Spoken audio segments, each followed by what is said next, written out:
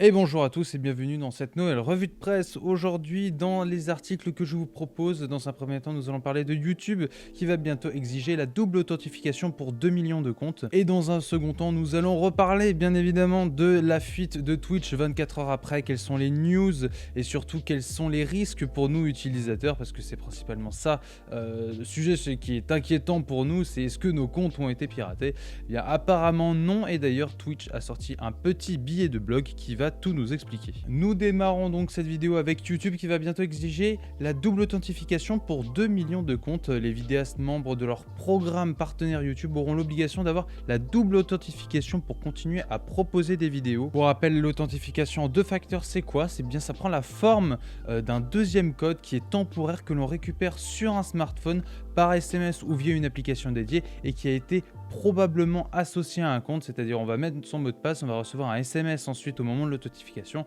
et à ce moment-là, vous allez rentrer le code que vous avez reçu par SMS sur votre navigateur. Après, il ne faut pas rêver non plus, c'est pas infaillible comme système d'authentification, hein. Par exemple, si vous êtes victime de hameçonnage ou que vous rentrez vos informations du coup sur un site internet frauduleux et du coup vous rentrez vos informations de téléphone et en même temps votre mot de passe, etc.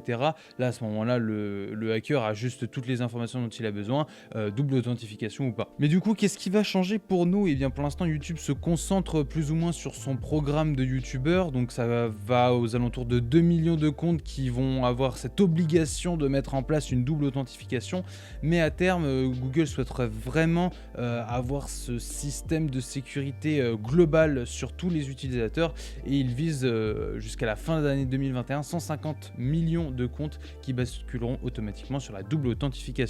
YouTube qui demande donc à ses utilisateurs à terme de passer en double authentification. Après, ce qui va être intéressant, c'est de voir si YouTube a ses serveurs bien sécurisés, car ce n'était apparemment pas le cas de Twitch. Donc on imagine bien la situation où YouTube nous demande une double authentification et finalement c'est le serveur lui-même qui se fait pirater. Ça serait quand même une situation assez cocasse. Nous continuons avec la fuite de Twitch 24 heures après. Quelles sont les news que nous avons à nous mettre sur la dent? Et bien Twitch a pris la parole suite à la fuite de données vécues cette semaine. La branche d'Amazon se veut notamment rassurante concernant les coordonnées bancaires de ses utilisateurs. Dans un billet de blog, Twitch confirme dans un premier temps que les données qui ont été diffusées, à savoir les revenus des streamers par exemple, étaient bien réelles. Ces données sont véridiques et d'ailleurs elles ont été confirmées par différents streamers. Twitch se veut malgré tout rassurant vis-à-vis du fait qu'aucune indication ne laisse penser que les identifiants des utilisateurs auraient été piratés. Malgré tout, on n'oublie pas qu'une potentielle partie 2 existerait, sachant que la fuite actuelle était nommée Part 1. Pour nous rassurer, Twitch précise que les numéros complets de cartes bancaires ne sont pas stockés sur ses serveurs. Il est donc impossible que vos coordonnées bancaires se retrouvent en vente sur le darknet en raison de cette fuite, en espérant du coup que ce deuxième serveur n'ait pas été piraté et que Twitch ne s'en soit pas rendu compte en fait. Ce serait très con ça. Concernant les raisons de ce hack, Twitch indique que la brèche a été créée par une erreur dans le changement de la configuration d'un serveur. Ils ne vont pas plus loin dans les explications, mais cet article de Frandroid revient sur le fait que c'est la deuxième fois quand même cette semaine qu'une erreur de configuration est source de polémique sur les réseaux sociaux. Lundi, une erreur dans la configuration des DNS de Facebook a créé une panne mondiale de Facebook, Instagram, Messenger et WhatsApp durant 6 heures. Voilà, les admins 6 en PLS. Tout ce qu'il y a à retenir pour l'instant, c'est que vaut mieux prévenir que guérir, mettez à jour vos mots de passe et puis mettez une double authentification à la limite et normalement ça devra le faire. Nous démarrons à présent nos actualités en mode speedrun et aujourd'hui assez peu d'actualités mais elles sont toutes très intéressantes. Dans un premier temps, nous allons parler de YouTube qui va bientôt afficher les moments les plus intéressants d'une vidéo. YouTube teste actuellement une fonctionnalité qui permet de visualiser directement les parties les plus intéressantes d'une vidéo.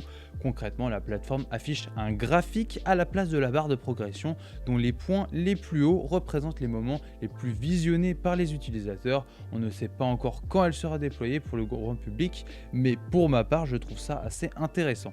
Nous enchaînons avec une news un peu plus triste pour le coup. Dragon Quest, le compositeur emblématique de la série Koichi Sugiyama, est décédé. L'une des figures les plus marquantes de la musique vidéoludique vient de nous quitter. Il est décédé à l'âge de 90 ans à la suite d'un choc septique. L'homme est à l'origine des compositions du tout premier Dragon Quest sorti en 1986 et a contribué à la bande-son de la série Dragon Quest 8 en 2006. Malgré tous les talents de cet artiste, l'article soulève malgré tout un homme assez controversé sur certaines de ses positions vis-à-vis de la communauté LGBT ou du massacre des Nankin. On retrouve toujours cette problématique, faut-il séparer l'homme de l'artiste? Toujours est-il qu'on peut quand même lui faire un dernier hommage. Nous enchaînons avec un article un peu plus léger, un compte de l'US Navy piraté pour diffuser des parties de Age of Empires. L'armée américaine a perdu le contrôle d'un navire de guerre ou du moins de son compte Facebook. La page dédiée au destroyer USS Kidd diffuse maintenant régulièrement de très médiocres parties de Age of Empires. L'article dit que ça nous fait bien évidemment penser à un compte en 2007, le compte du ministère de la Culture qui avait été détourné par un collégien, fils de la community manager du compte, et qui avait répandu et parfois insulté des internautes durant toute une nuit. Il faut avouer que ça reste quand même plus sympa de diffuser des parties de Age of Empires, même si celles-ci sont apparemment médiocres. Et nous terminons comme souvent sur un petit gadget, et celui-ci n'est pas anodin, cette Xbox qui dévoile une superbe manette sans fil collector et un casque stéréo spécial pour le 20e anniversaire de la marque. Selon l'article, Microsoft vient déjà de confirmer l'arrivée de la manette qui sortira bien le 15 novembre et qui est d'ores et déjà réservable chez Cdiscount. Et c'est sur cette magnifique manette que nous nous arrêtons. J'espère que les actualités vous ont plu. En attendant, nous nous retrouvons demain pour une nouvelle revue de presse. Salut!